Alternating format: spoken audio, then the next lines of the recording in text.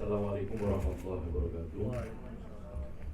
Selamat siang dan salam sejahtera untuk kita sekalian yang saya hormati para anggota KPU, Mas Haji Husin, Mas Farsa, Mas Derajat, Mas Agus Melas, Mas Afif, Mas Dedi, Pak Suryadi, Kepala Biro Perencanaan, Bapak Ibu sekalian, teman-teman jurnalis. Bagaimana kita ketahui bahwa hari pemungutan suara atau pemilu 2024 akan digelar pada hari Rabu 14 Februari 2024.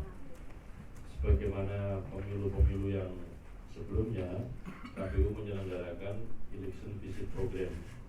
Demikian juga untuk pemilu 2024 ini KPU menyelenggarakan Indonesia Election Visit Program, yang ini dalam rangka untuk memberikan kesempatan kepada berbagai macam pihak secara terorganisir yang diutusi oleh KPU untuk mengikuti perkembangan penyelenggaraan pemilu di Indonesia.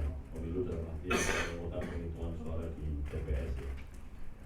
Dan konselnya adalah KPU mengundang negara-negara sahabat-sahabat melalui perwakilan-perwakilannya di sini, kedutaan-kedutaan besar negara sahabat. KPU juga mengundang KPU atau IMB, Election Management Body, dari berbagai macam negara sahabat untuk menyaksikan proses pemungutan dan penghitungan suara di TPS. Sebagaimana juga dilakukan oleh teman-teman PPLN, panitia pemilihan di luar negeri, ketika menyelenggarakan pemungutan suara beberapa hari yang lalu, termasuk kemarin, itu juga memberikan kesempatan kepada perwakilan-perwakilan atau duta besar atau dari negara sahabat untuk menyaksikan kegiatan pemungutan suara di yang diselenggarakan oleh PPL kita di luar negeri. Nah, pada kesempatan ini kegiatan akan dimulai nanti malam, pembukaan, kemudian besok pagi ada seminar internasional dan juga kunjungan ke beberapa tempat, termasuk berkunjung ke kantor KPU.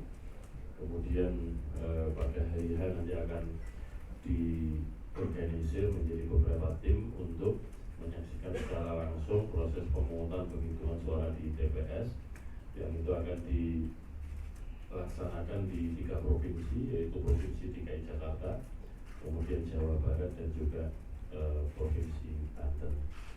Nah, detail-detailnya nanti Mas Afif dan Mbak Betty akan menyampaikan hal tersebut. Yang perlu saya sampaikan adalah bahwa pemilu di Indonesia ini, kalau dilihat dari segi jumlah populasi, termasuk pemilu terbesar di dunia setelah India dan Amerika Serikat.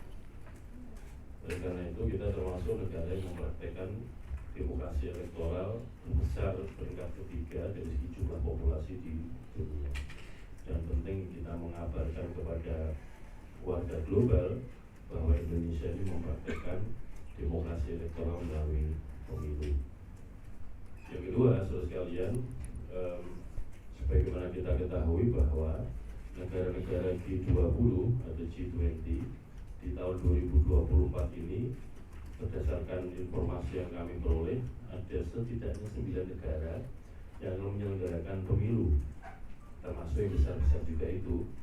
Ada, setahu saya, yang paling akhir nanti Amerika Serikat yang akan menggelar pilpres pada bulan November 2024. Sehingga dengan demikian, keberadaan Indonesia untuk menyelenggarakan pemilu 2024 itu juga akan mewarnai perkembangan demokrasi global dan tentu saja akan memberikan kontribusi terhadap perkembangan ekonomi global. Yang tiga, saudara sekalian, dari berbagai macam catatan dan juga analisis para pengamat pemilu dan juga ahli pemilu, pemilu Indonesia ini dinilai sebagai the most complicated election in the world, pemilu yang paling rumit di dunia. Karena apa? Setidak-tidaknya ya, sebagai konsekuensi dari pilihan sistem pemilu proporsional dengan daftar calon terbuka.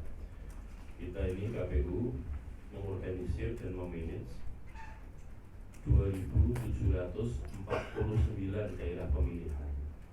Itu termasuk daerah pemilihan pemilu presiden yang meliputi seluruh wilayah Indonesia, termasuk warga kita yang ada di luar negeri, kemudian ada 84 daerah pemilihan DPR RI, 38 daerah pemilihan DPD, dan juga DPRD provinsi dan kabupaten kota yang totalnya 2.749 dapil.